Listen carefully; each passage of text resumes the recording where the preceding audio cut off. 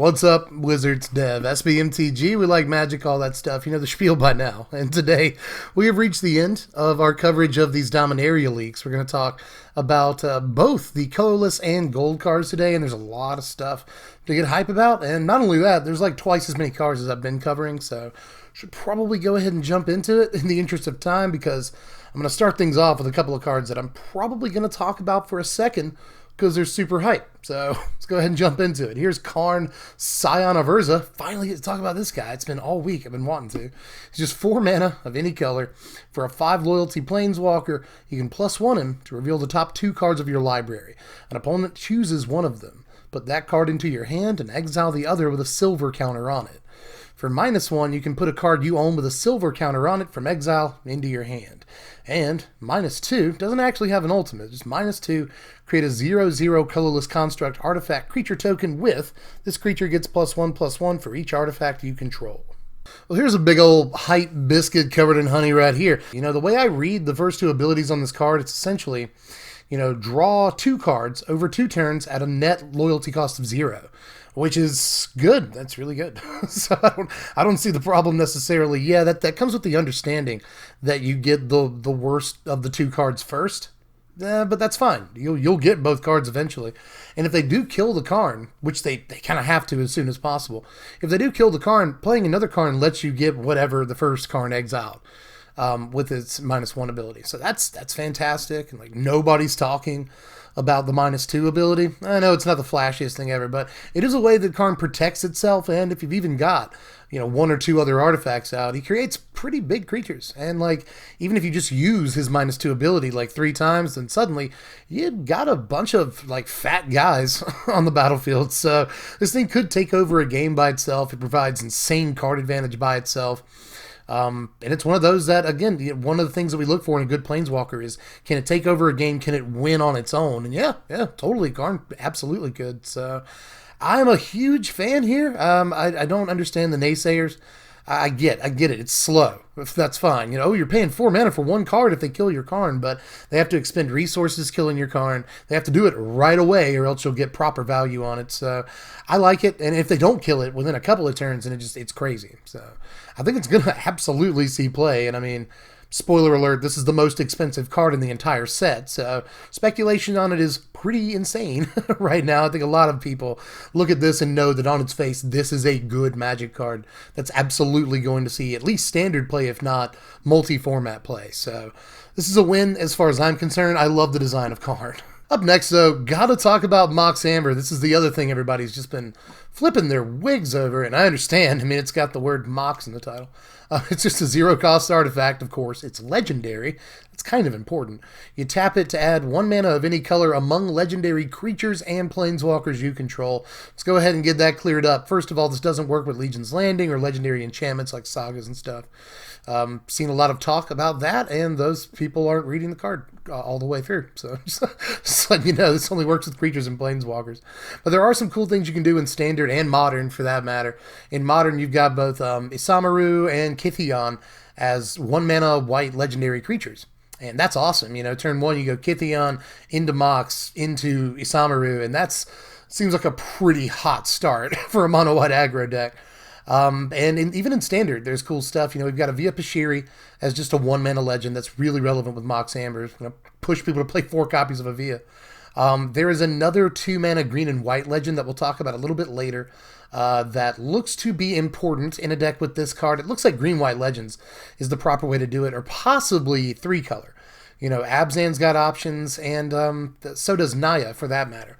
Even just green-red, you know, you've got Kari Zev in the 2-drop slot as a cheap legendary. You're looking for cheap legendaries with Mox Amber.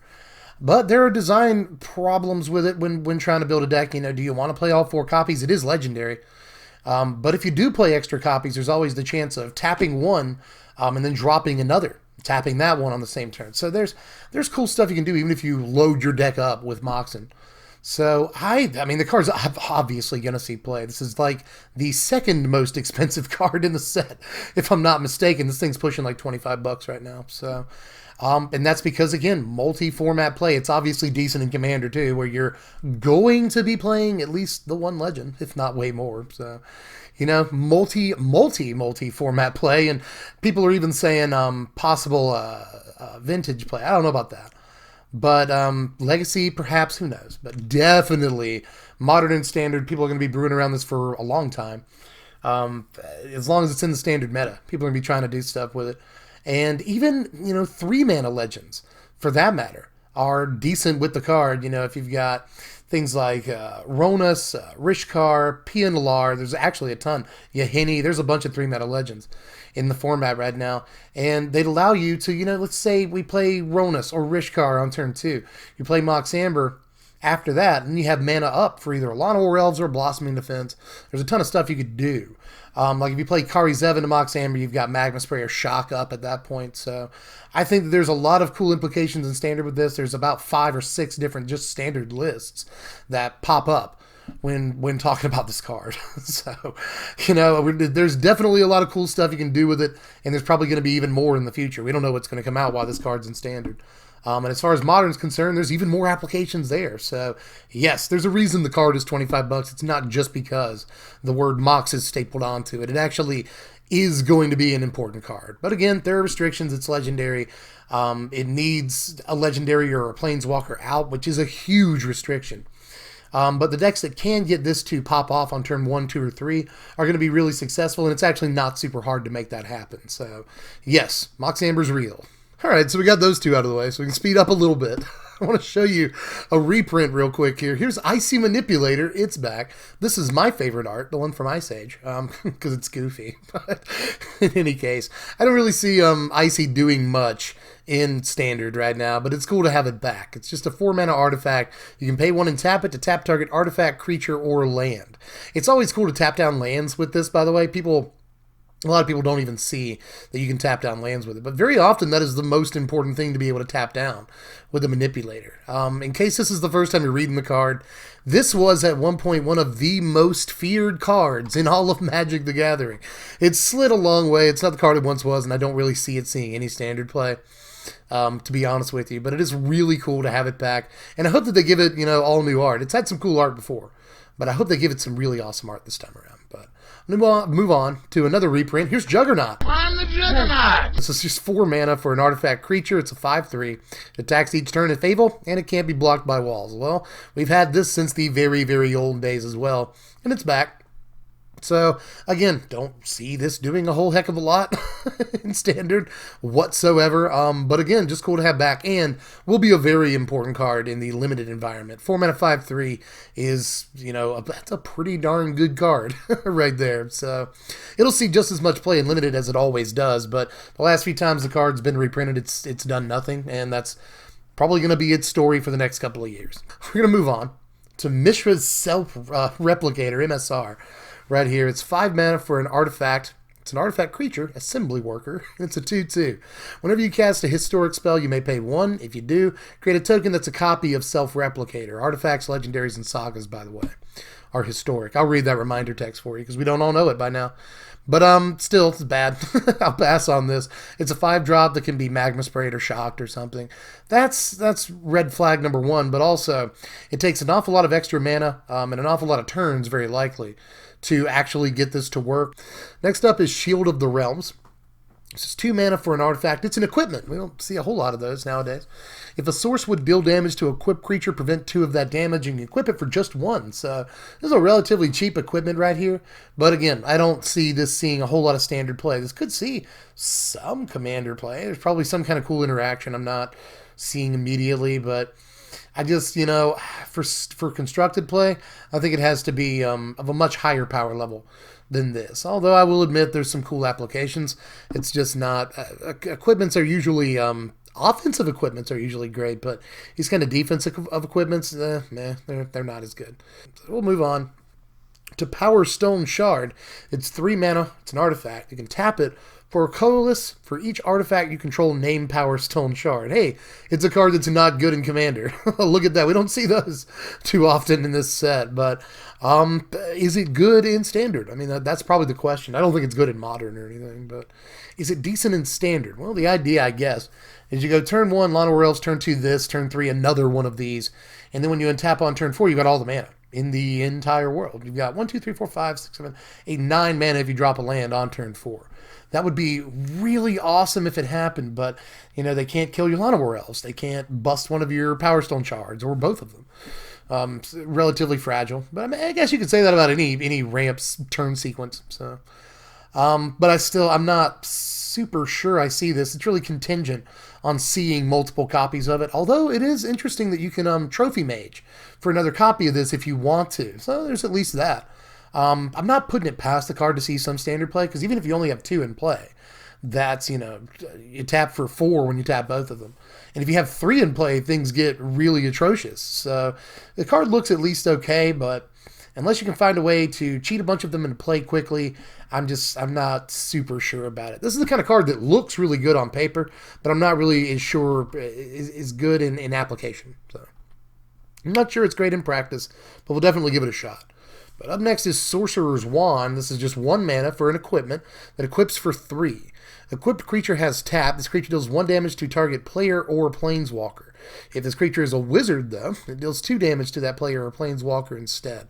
This is great in limited, I would say. I mean, it puts a clock on the opponent, but I'm not sure, again, this is great enough for standard. Equip 3 is relatively high, even though the casting cost is low. And even in a dedicated wizard deck, I just think there's going to be much better ways to fill that slot. If it turns your creatures into a prodigal sorcerer, and you just have to deal 1 to a target at all, I think that'd be great. I don't know about standard playable still, but I think that'd be much, much better. But as it stands, it still puts a pretty decent clock on the opponent, even if you can't do a heck of a lot more than just ping them for 2 every turn. It's at least 2 every turn if you're in the wizard's deck.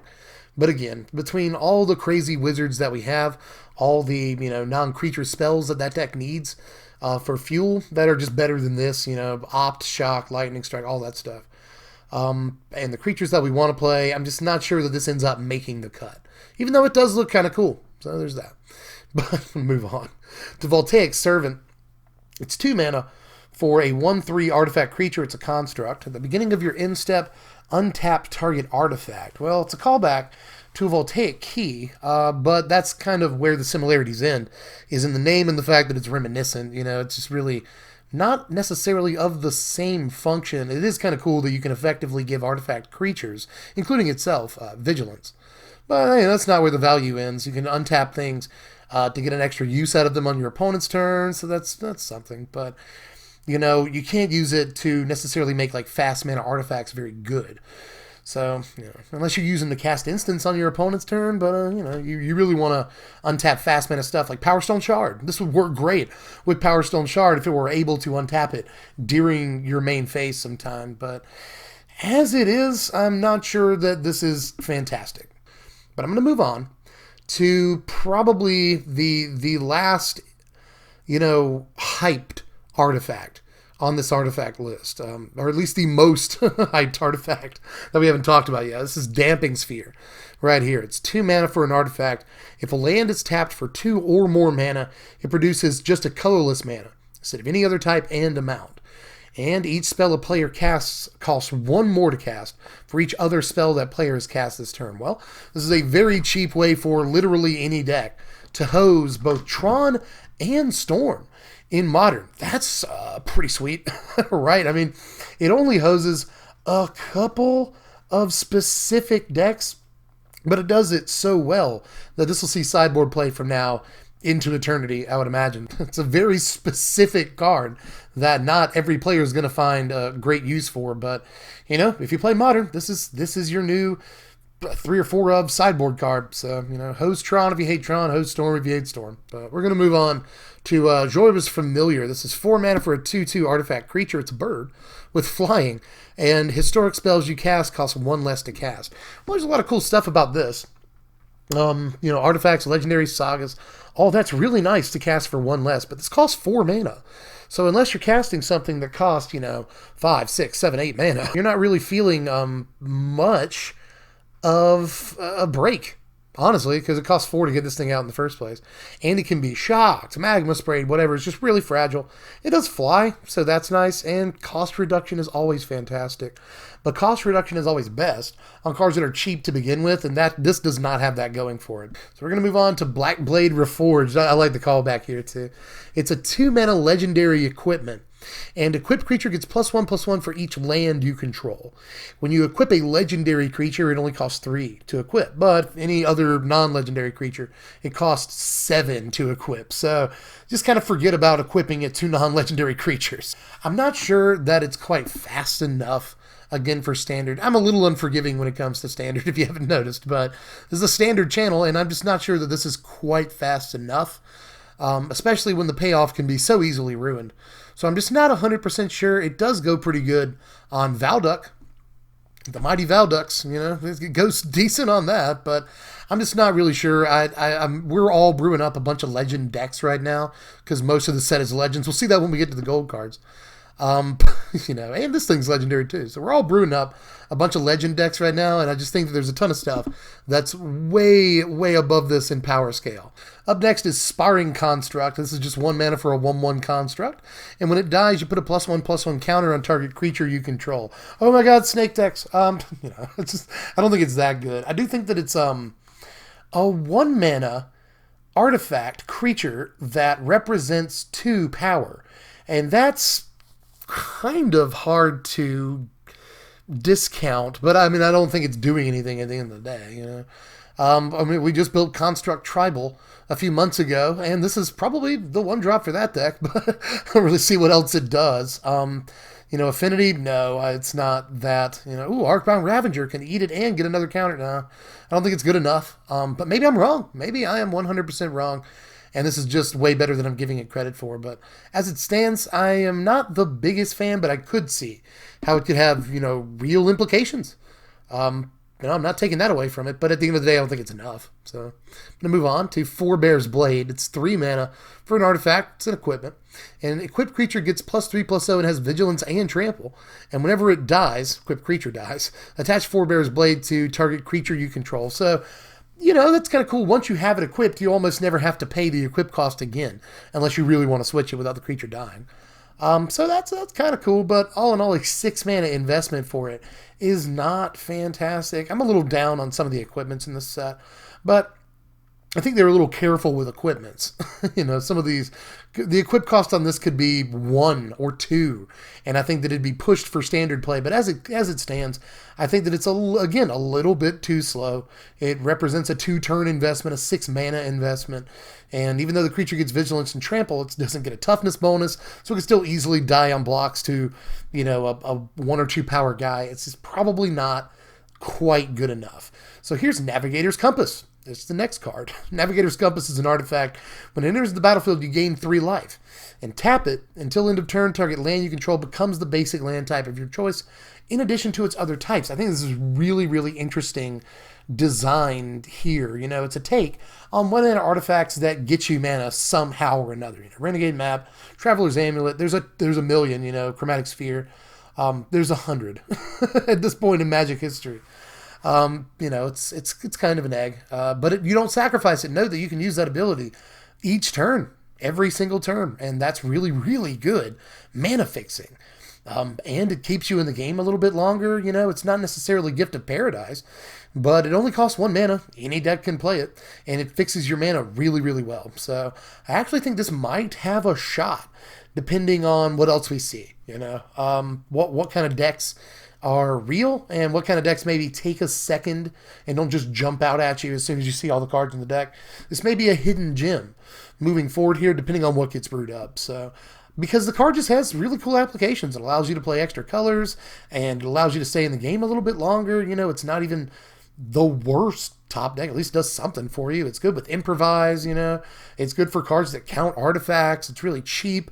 I like stuff like this. I think it's a lot cooler than it looks at first glance. So Compass might be all right. Compass might be all right. But here's Helm of the Host right here, another equipment, another legendary equipment. It's 4 mana, and at the beginning of combat on your turn, create a token that's a copy of equipped creature, except the token isn't legendary if the equipped creature is legendary. Token gains haste, equip it for 5. So, you know, reminiscent of like Splinter Twin, but it's so expensive. You know, 4 mana to get down, 5 mana to equip. So this is just so much. You know, a 9 mana investment over 2 turns. That's going to be your whole turn 4, your whole turn 5. I mean, even if you top deck it on like turn 7 or 8, 9. You know, the chances that you'll have the mana to actually, you know, throw it down and use it that turn are extremely slim. So I don't know, you guys. You know, I think that, yeah, any deck can play this card. There's some really, really cool combos and stuff with it, but they all just automatically cost all the mana in the world. So I'm not seeing it. I'm not seeing it. No matter what cards you can name that just completely break this, the mana investment is so raw that I'm not sure how into it I could be. So I'm actually going to move on to, I'm going to move on to Urza's Tome here. It's just 2 mana. Not bad. For an artifact, you tap it and pay 3, and you draw a card. Then you discard a card unless you exile a historic card from your graveyard. So exile an artifact, a legendary, or a saga. Now, the chances you'll be able to exile any of those things from your graveyard are somewhat slim too. In Limited, I think this is actually pretty great. You know, you see extra cards every turn. That's always decent in Limited, and it's good in Standard for what it's worth, but we got stuff like Azor's Gateway, and I think even Treasure Map is probably a better card than this, all things considered. So I don't think that it's good enough. I don't think it's quite there, especially, you know, in comparison to other stuff we already have to see Standard play, but I do think it's a cool card. Just if that activation cost wasn't so high, it might actually have a chance, but since it is, I'm not sure. So we're going to move on to the last artifact. This is Howling Golem. It's 3 mana, 2/3, artifact creature. It's Golem. Look at that. And whenever it attacks or blocks, each player draws a card. So another callback to Howling Mine. They won't let us have Howling Mine back. It's not that broken. But, you know, this is another thing, just like Howling Mine. Both players draw cards off of it. That's kind of cool. Won't see any play. You know, I'm calling it right now. Probably won't see any play. But it is cool that it's only 3 mana. Any deck can play it, and as soon as you even get to attack with it, you get to draw a card. They do too, but you get to draw a card, and then that's sweet. So you might get a couple of cards worth of, not necessarily advantage, but value off of Golem before it dies. But again, just way better options at the 3-drop slot in this format right now. It's probably not going to see any play whatsoever, so I can probably move on, to be honest with you, to some stuff that I honestly have a lot more to say about. I should at least bring up before I move on to the gold cards that these lands are back. How awesome is that? Enemy-colored fast lands. Pretty sweet. Or Czech Lands, excuse me. Enemy-colored Czech Lands. These are really, really important. Shouldn't have to say much more about them than that. I was hoping that we'd get a couple of other cycles of duels in this set, but honestly, cannot turn my nose up at this. Not complaining whatsoever.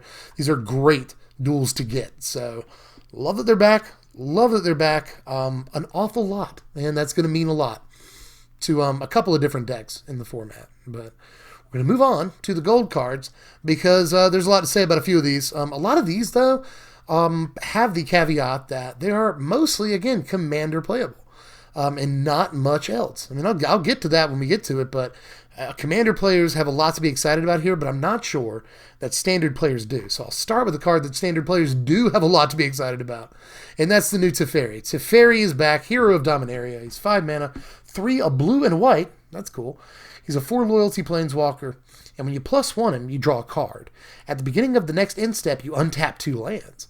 And for -3, you put target non-land permanent into its owner's library, 3rd from the top. For -8, his ultimate, you get an emblem with, whenever you draw a card, exile target permanent an opponent controls. Whew, alright, so let's get down on this for just a second. I think this is a fantastic planeswalker, in not just standard, but the current meta particularly. You know, the second ability, the -3.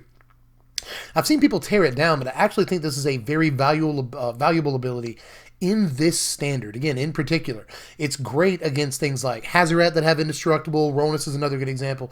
Rekindling Phoenix is an important creature in this format. This keeps it from coming back, at least for a few turns. You know, it doesn't come back as quickly as it would. So there's that. Scarab God also postpones it longer than it would normally postpone it. You know, any other removals would. So I think this is good against specific problematic cards in the format. And honestly, even though the -3 doesn't outright remove a creature, it does make it to where it'll take, 3 whole turns for him to get back to it. That gives you enough time to take control of the game. 3 turns is a really, really long time. And even if they get to it again, you can just put it right back on top of, or, you can just use the ability again, when they play it. So there's that. You just always use Teferi's ability a second time on the same creature. But you can also just counter it when you just Essence Scatter it, because you'll be ready the second time they play it, or you'll have drawn the Essence Scattered by then. That 3-turn delay is incredible. So I love that second ability. And honestly, the first ability is dope too, Drawing a card is always decent on any Planeswalker. A plus ability that draws a card is good. That's baseline good. And you get to untap 2 lands. So the first turn you play him, if you get him down on turn 5, let's just say, then you'll +1 him. He'll go up to 5 loyalty. He'll untap 2 lands. That gives you 2 mana to play around with. You can negate something they try to remove him with, like Vraska's Contempt. You can, Essence Scatter their Hazoret that they're trying to attack into Teferi with. There's tons of stuff. So, you can get 2 mana for Harness Lightning or Lightning Strike, whatever you're playing a Braid.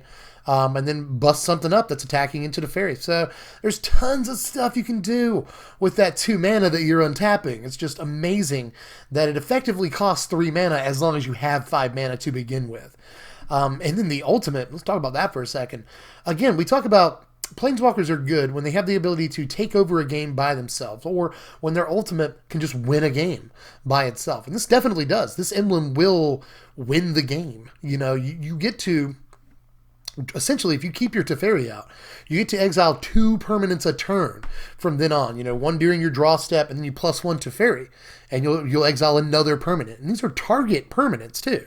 So you just get rid of their best stuff first, and a couple of turns of that will force a scoop out of most opponents. But if it doesn't, you can just slowly wear them down, because even if Teferi dies, you're getting rid of 1 permanent, their best permanent, every single turn once you emblem. So this thing is nuts as far as I'm concerned. 5 mana is a lot to pay for it, yes, but it gets you right back on defense once you play it, draws you a card, goes to a high loyalty, puts mana up for you to protect it with, and it protects itself with its second ability too. I just think that this checks all the boxes for what is traditionally a very good Planeswalker. So I think this is wonderful. I think it's going to slot specifically into, already existing decks for that matter. So yes, Teferi, this card is very good by my evaluation. But let's move into the rest of the gold cards here. Every single one of which is a legendary. That's kind of neat. It's just like Legends, the set. That's nice. But we actually got some way better Legends than there are in Legends. You go back and look at Legends, there is some just garbage. It's a dumpster fire. So they could have just reprinted those, and it would have been well below the power level we're expecting in Standard. But they didn't. They reprinted. They printed some stuff.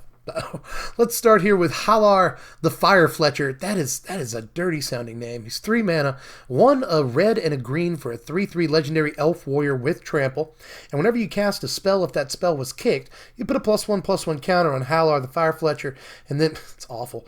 And then Halar deals damage equal to the number of +1 counters on it to each opponent. That's an awful lot of text.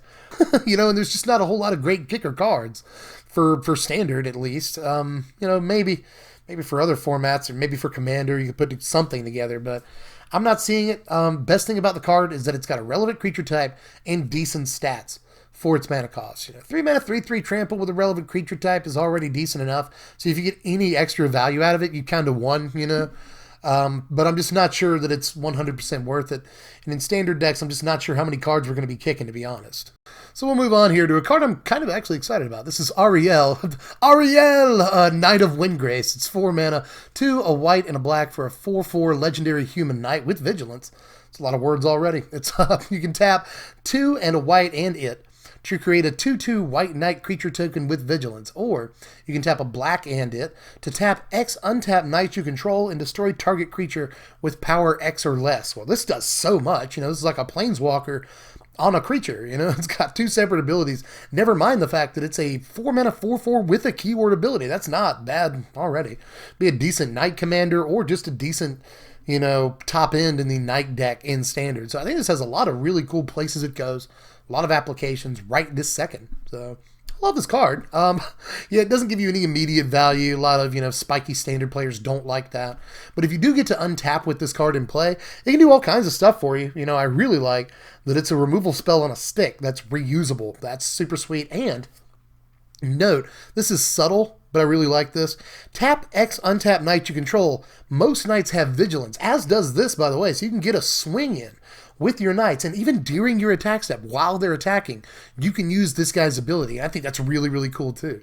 Or you can swing in with all your knights with vigilance, and then once it goes, rolls over to your opponent's turn, you still have the ability to do this. You attack with all your knights, but they all have vigilance, so you still have enough to block and use this ability during your opponent's combat step too. So that second ability is just super boss looking to me, and it can take over a game too. Like against control, if this hits the board, you don't have a whole lot of stuff to use that second ability against, no, but you've got a bunch of stuff to use. You can use that first ability every turn and just create a bunch of tutus your opponent has to sweep. So I really like this. Again, I'm not quite sure this has the chops to be in competitive standard decks, but I think it's like 90% of the way there. Again, if you untap with this card and play, you do some really nasty stuff, and it'll take over a game if you can protect it. So I really like it. But up next is Tiana, Ship's Caretaker. Just nothing but Disney princess names. Arielle and then Tiana. We got 5 mana, 3, a red and a white for a 3/3 legendary Angel Artificer. Cool creature type. With flying and first strike. And whenever an aura or equipment you control is put into a graveyard from the battlefield, you may return the card to its owner's hand at the beginning of the next end step. As it stands, this is 5 mana for a creature that can just be, hit by lightning strike. And that's a big bugaboo for me. I hate when your 5-drop can be hit by a braid or lightning strike. I know that's just the dice to removal argument, but still, I just don't want to take the chance that in competitive Magic, my 5 mana dude can get hit by their 2 mana removal spell. I don't necessarily like that. And he doesn't have any sort of recursion or anything, so I don't see it doing much, but this is a cool, possibly uncommon, that's the speculation on it, commander. So, and there's obviously a lot of cool stuff you can do with this, but that's what I'll say about most of these gold legends, is that they're not necessarily standard playable, but there's so much cool stuff you can do with them. That's for you commander players. There's so much you can do with most of these, including this next one that commander players are straight up freaking out about, and even some standard players. Here's Firesong and Sunspeaker right here. It's 6 mana, 4, a red and a white for a 4/6 legendary Minotaur Cleric, cool creature type. Red instant and sorcery spells you control have lifelink. Dope.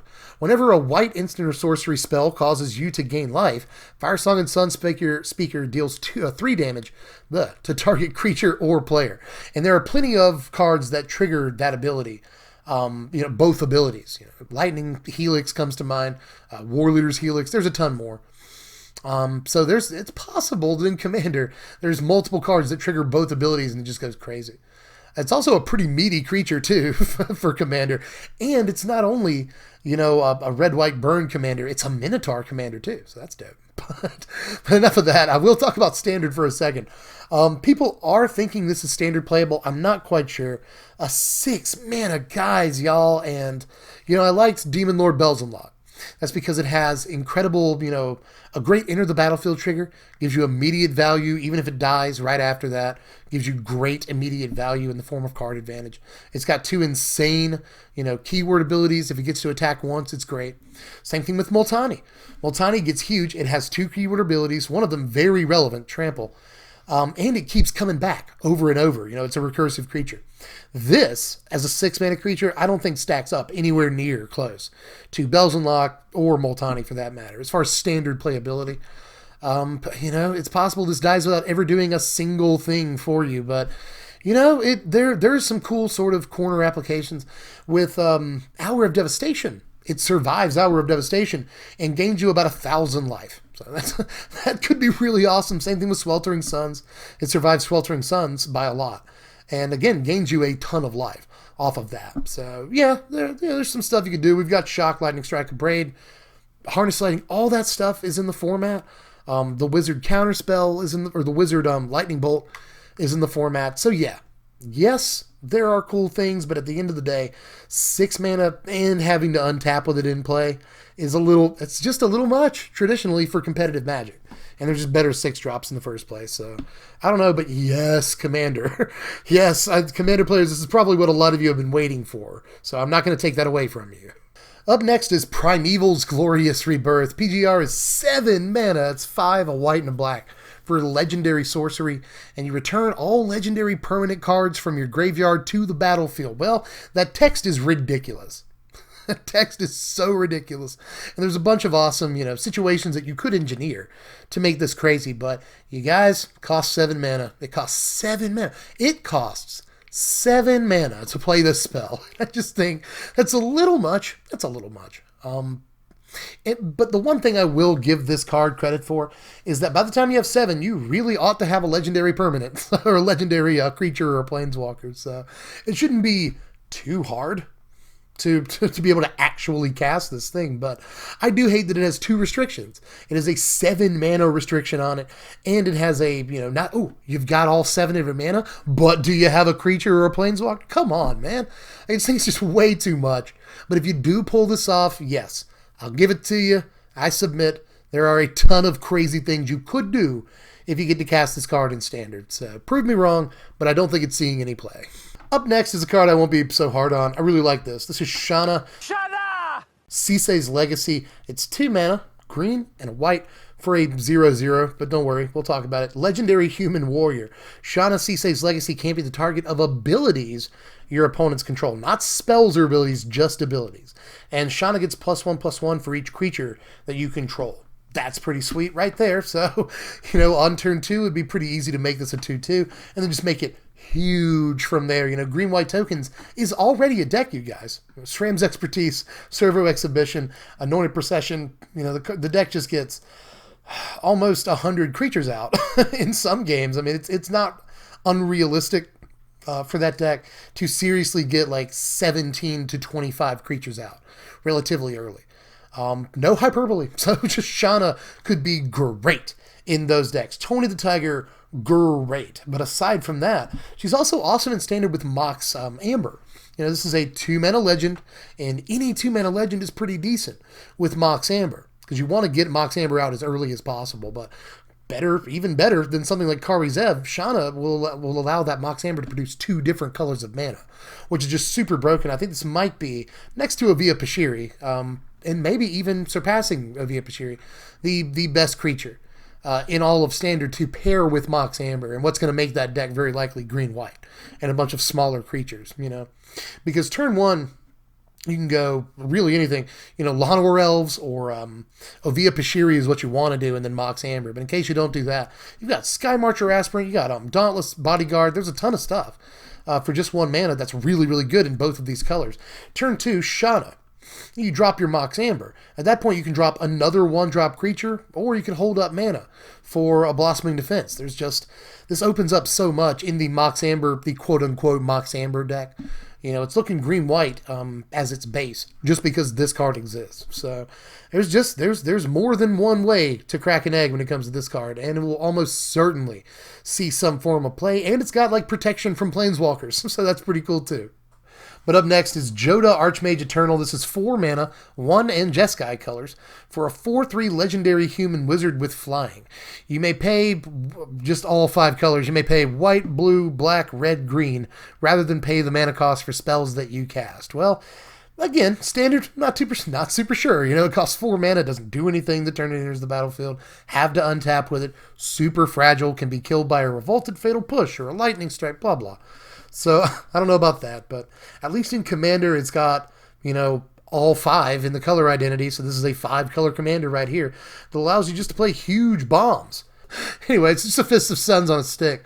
But I'm not sure that the stick is sturdy enough. I'd like it to be made of oak. It's just kind of made of balsa wood. So I'm not sure this is great at the end of the day, especially in competitive play. So I'll move on to Muldrotha the Gravetide. This is 6 mana, 3, a green, a blue, and a black, Sultai colors, for a 6/6 legendary elemental avatar. And during each of your turns, you may play up to 1 permanent card of each permanent type from your graveyard. That's so cool, Again, 6 mana. That's a lot. 6 mana is so much. A lot of these feel priced out of Standard or a little too fragile for Standard, but once you do get this down and untap, the next turn, this can lead to crazy stuff. Getting more than 1 permanent type out of your graveyard every turn seems delicious, but again, 6 mana is so much. 6 mana is more than I'm willing to pay for this effect, especially considering that we have Liliana, we have the Scarab God, and they're just better than this. But if you're a Commander player, I gotta say this with every one of these creatures, knock yourself out. It's probably pretty awesome if you can engineer 99 other cards around this thing. You probably do some pretty filthy stuff, but I'm just not seeing it in competitive Standard Magic. And again, I know I keep saying that, but this is predominantly a competitive standard channel. So I'm not meaning to like crap on Commander players. I want you all to have your day and be really excited about all these cards. I'm excited for you when it comes to some of these cards, but mostly my job on the channel, what the channel exists for, is to evaluate for competitive standard play. And when it comes to that, I'm just not sure this thing cuts the mustard, so, let alone the ketchup. So I'm just not sure. But I'll move on to Arvad the Cursed. This is 5 mana, 3, a white, and a black for a 3/3 legendary Vampire Knight. Those are good creature types. It's got Death Touch and Lifelink, and other legendary creatures you control get +2/+2. Again, this is great in Commander, right? I mean, you're bound to be playing legendaries, and it's even maybe decent in Standard, although the same caveat applies to this. I don't want my 5-drop to get Lightning Striked. I really don't, but it does have 2 super relevant keyword abilities, and if you've even got 1 or 2 other legends out, it provides a ton of power for you. But again, super fragile, priced relatively high, so I'm not sure it's worth it. Again, for the higher tiers, the upper echelons of competitive play, I don't know this card has a place, but in every casual deck and many Commander decks until the end of time, this will be a great card. +2/+2 is a very serious Anthem effect, and it comes with great, absolutely great keyword abilities. And if you can buff its power whatsoever, then it's fantastic. So yes, probably decent sometimes, but I'm not seeing this be in the next best deck in Standard. Even if the next best deck in Standard is Abzan Legends, which is looking like a very real deck, I'm still not seeing this card in it, to be honest. There's just better 5-drops. So I'll move on to Grand Warlordrata. This is 4 mana. Rata's still, by the way, Rata's still around.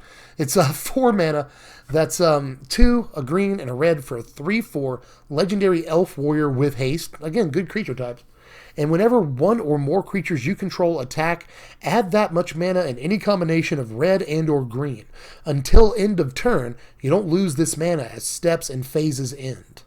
Note, by the way, that it says until end of turn. I want to get that out of the way. A lot of people are just pretending this stockpiles mana for you for the rest of the game. No, it does empty at the end of turn, because until end of turn, you don't lose the mana. But basically, that's just a way for you to carry it over to your second main phase. But I do really like this card. I think this might be just pushed enough for Standard play.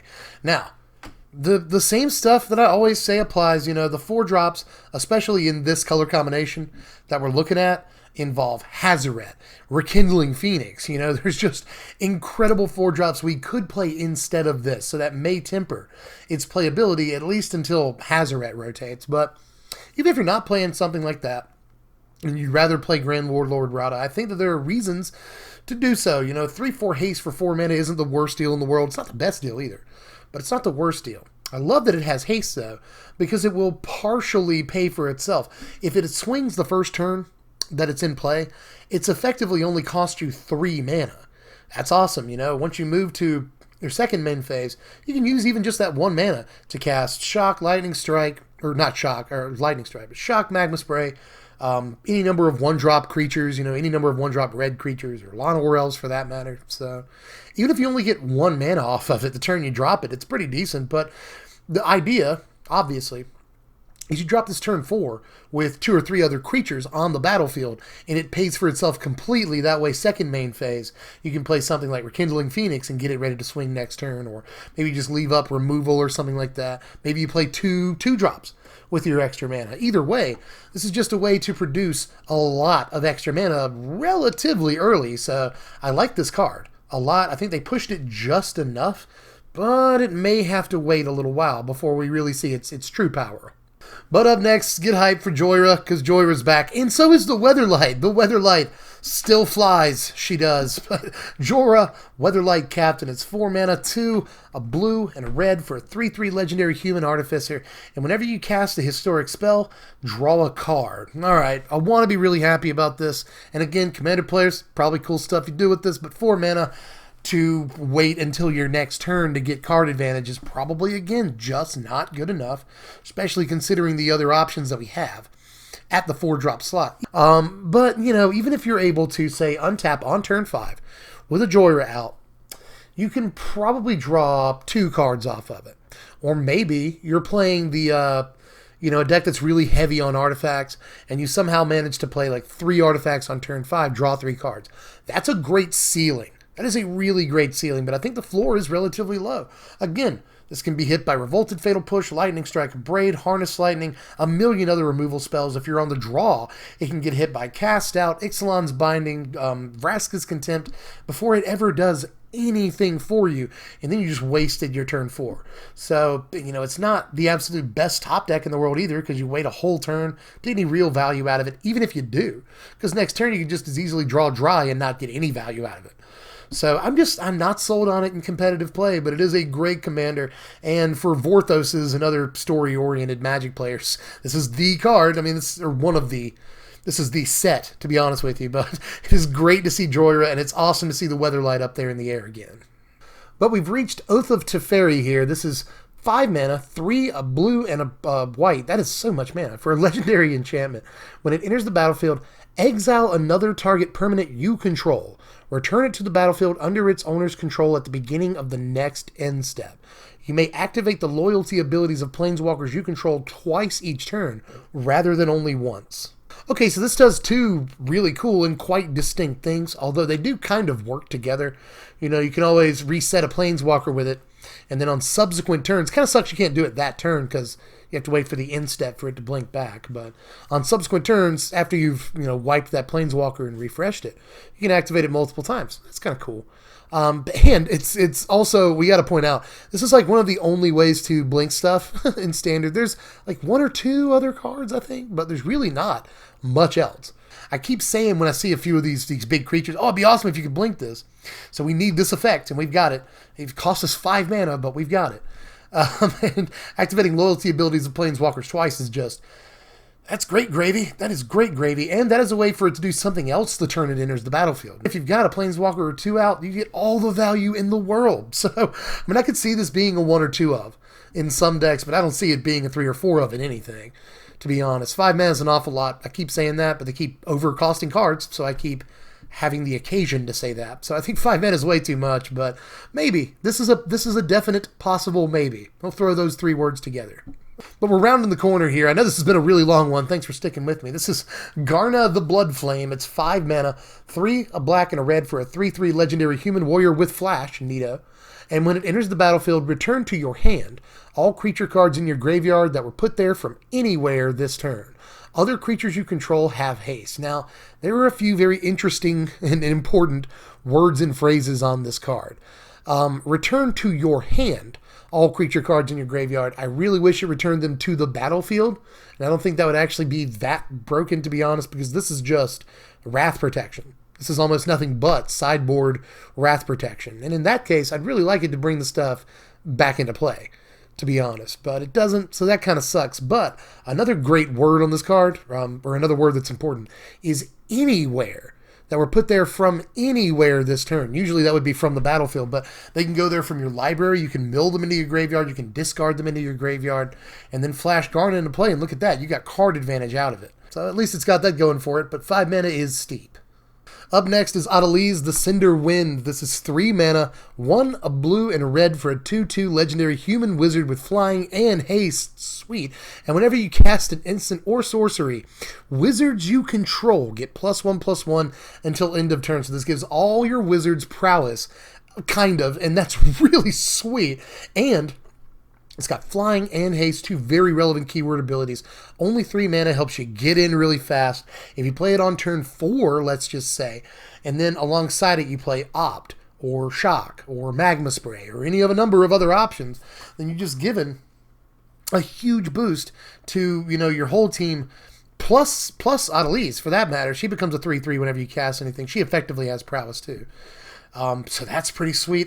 I like this so much. You get a lot of value off of it, and it's one of I think the top end for the Wizards deck, the Is It Wizards deck. I think we played 3 or 4 copies of this all day.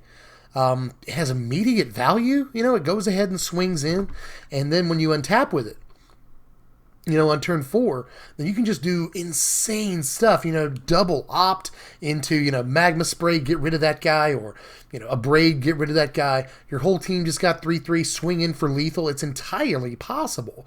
And it's not the worst top deck, given if you top deck it on turn 4 or turn 5 or 6, it's likely that you'll have other cards in your hand. So if you play it on turn 5, you'll still have other mana left up to go opt or Magma Spray or whatever you're doing. And that could just be unbelievable. Like, imagine turns where on turn 4, you played your Aedelese turn 3. Then turn 4, you go, Magma Spray, Lightning Strike. Or Shock, let's just do that. Shock, Lightning Strike. Then you can burn them for a bunch if you're playing against control. You just burn them for, 7 damage. Plus you gave your whole team this huge boost. And there are definitely ways to draw up turn 4 wins with this all day. And it's not even that hard. So I love this. I think it's the perfect top end for Wizards. It makes it look like they're actually pushing this deck to be real in constructed Magic. So I'm excited about this. I am just as excited about this as I am not excited for the 100 cards that I just went like, I won't see standard play.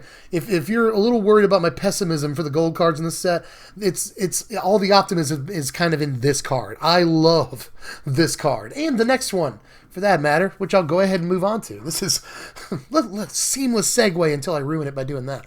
Daragaz Reincarnated. This is 7 mana, 4 a black, a red, and a green for a 7/7 legendary dragon who we've seen before. He's got flying, trample, and haste, and if he would die, you instead exile him with 3 egg counters on it. At the beginning of your upkeep, if Daragaz is exiled with an egg counter on it, remove an egg counter from it. Then if he has no egg counters, you return it to the battlefield. So if they kill it without exiling it, then he'll come back. He delays by 3 turns, but he will come back. I love this. I think this is a ridiculous ramp target and reanimation target. 7 mana looks like a lot, but in a ramp deck, it's actually not that much to ask. We can get to 7 mana. Like on turn 5, super easy in just about any ramp deck in this format right now.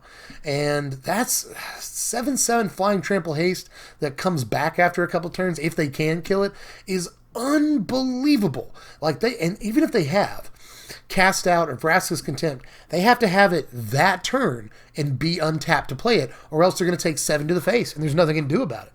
I think this is instantly the best reanimation target in the entire format. If you can cheat this into play through reanimation with Liliana or something like that, then it's just insane. It just swings immediately.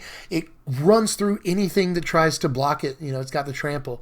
It's got flying, so not much is going to be able to block it in the first place. And again, if they somehow manage to get rid of this without exiling it, then it's coming back. They have to worry about it. They have to beat you like now, or it's coming back. So, yeah, it costs 7 mana. Yeah, it costs 3 different colors of mana. But this will see play. There's no doubt in my mind that someone will figure out how to make this work through ramp or through reanimation.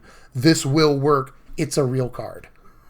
Whew, okay, so that was a lot of positive things to say about the last couple of cards. So again, if you've been like, man, Dev's really down on these cards. No, I'm not. I'm really up on a couple of specific ones. But we're going to finish up here with our last 2 cards. One of them, though, is Slimefoot the Stowaway. I've seen a lot of love for this card, not because it looks good, just because of the flavor, and people love Saprolings and people love the name. But Slimefoot the Stowaway is 3 mana. He's 1, a black, and a green for a 2/3 legendary fungus. Peep that creature type. And whenever a Saproling you control dies, Slimefoot deals 1 damage to each opponent and you gain 1 life. You can pay 4 to create a 1/1 green Saproling creature token. Well, great mana sink. I can see this being the boss in Limited. First of all, it's at least where you want to be on curve, power, toughness to casting cost, and it's a ridiculous mana sink that takes over the game late game. They have to do something about it, or they're just done. So in Limited, yes, the boss, and it appears to be uncommon. That's the spec. So if it really is uncommon, this is the king of Limited right here. But in competitive play, I doubt it. 3 mana really isn't too much to ask, but 4 mana is a lot to dump into his ability, and we're really not doing too much with Saprolings at time present. Maybe when Core Set comes around, we'll have more Saprolings to play around with, but, as it stands, this will go in the budget sapperling deck that has barely enough pieces to function, but it will go in there. As far as Commander goes, yeah, this is probably dope. You can probably do tons of stuff with this in Commander, with your sapperlings, and just essentially use it as, a Zulaport Cutthroat or a Blood Artist type of effect in those decks. And I'm not sure those decks were screaming for that effect, but they probably want it more than they thought they did.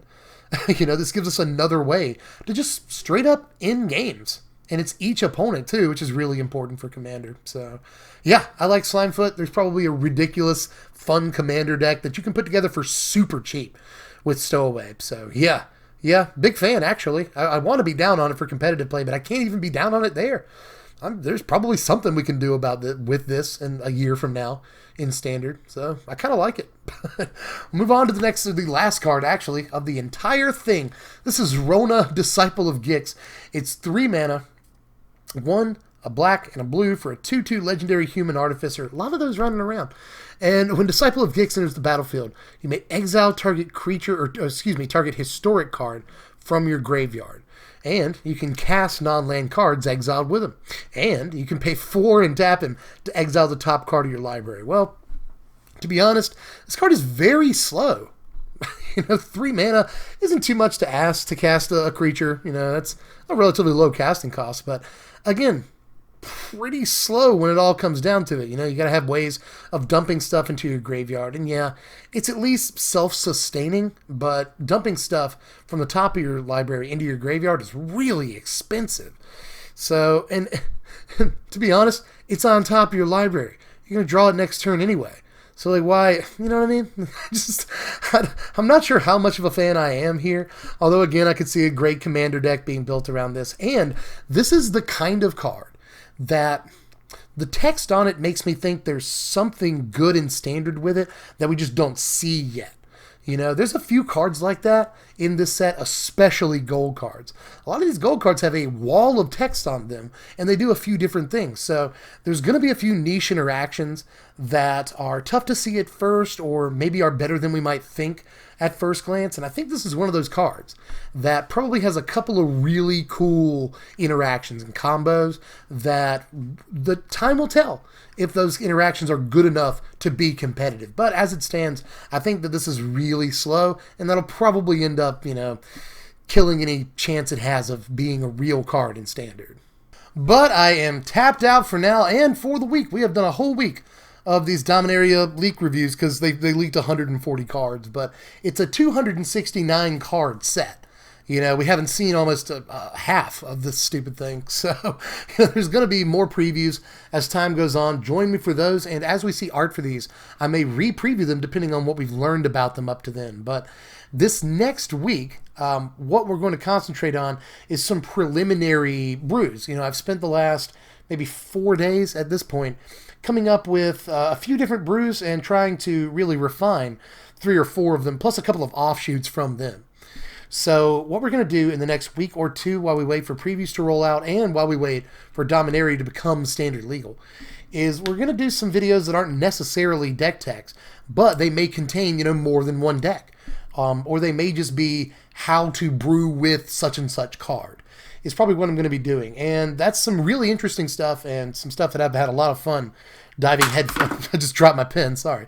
I've had a lot of fun diving head first into this stuff. So I hope you'll join us for those. If you're interested in brewing with any of the stuff we've talked about the last week, then make sure you sub to the channel, hit the bell for the notifications so you get those videos when they come out. You can also follow me on Twitter at SBMTGDev, or another way I know when videos are going to come out and what they're going to be before I even upload them is by throwing us $1 on Patreon every month. Just $1 a month, and we'll let you know what decks we're doing the day before we do them. That's going to include all of these brews. So make sure you do all that stuff. Like the video if you enjoyed the video, and check out my sponsor, TCG Player. They help keep the lights on, and right now you can order not only sealed Dominaria booster boxes for like $90 on pre-order from them, but there's also a lot of relevant singles you can order from them. Let me run through these real quick in case you're interested in some of these prices. I already said earlier, Karn was the most expensive card in the set. He's $35. on pre-order right now. That is a bit high, but if you wanted to go ahead and get your cards, or you think you might actually go higher than that, now would be the time. But if you're looking at other Planeswalkers, Teferi is also obviously in this set. He's only about $15 right now, and I think he's got the chops to actually be real. So I don't think that's the worst speculation in the world. As far as Mox Amber, I've already told you that's $25 right now. But again, it's got Mox in the title, and it's playable. It's not just, a shiny piece of garbage. This card is real. So $25 might be worth it to you. Damping Spear, another important modern sideboard piece that will be important until the end of time. $8.50 right now, probably worth the investment. As far as these lands, by the way, these Czech lands that are enemy colored, they're all going about $5.50 a piece right now, which is probably, I imagine, where they'll stay. So if you want to order those now, it might be a good time. And as far as some of these legends that we talked about there at the end, some of them are going for pretty good deals. Firesong and Sunspeaker, you want that for your commander deck, it's about $3.50. Not the worst deal ever if you're going to play in Commander forever. So, as far as the standard playable ones, the Aedelese, Shana, Daragaz, these are all reasonable. Aedelese is only $3, and it absolutely is the best card in that Blue-Red Wizards deck. Shana, really important card going into the next format in a couple of different decks, I think. And she's under $5 right now. She's about $4.75. And then Daragaz, which I think is going to be, again, and it's super important, impactful threat at the top end that we're all going to be worried about for the next 2 years or so. This card's only about $10 right now, and I definitely think that's worth picking up too. So check out TCG Player. Leave a link in the description for them, and I am pretty sure that is all she wrote for the Dominaria Leak reviews, you guys. I've had a lot of fun doing these, but the next time you'll see me, you'll finally see my face again.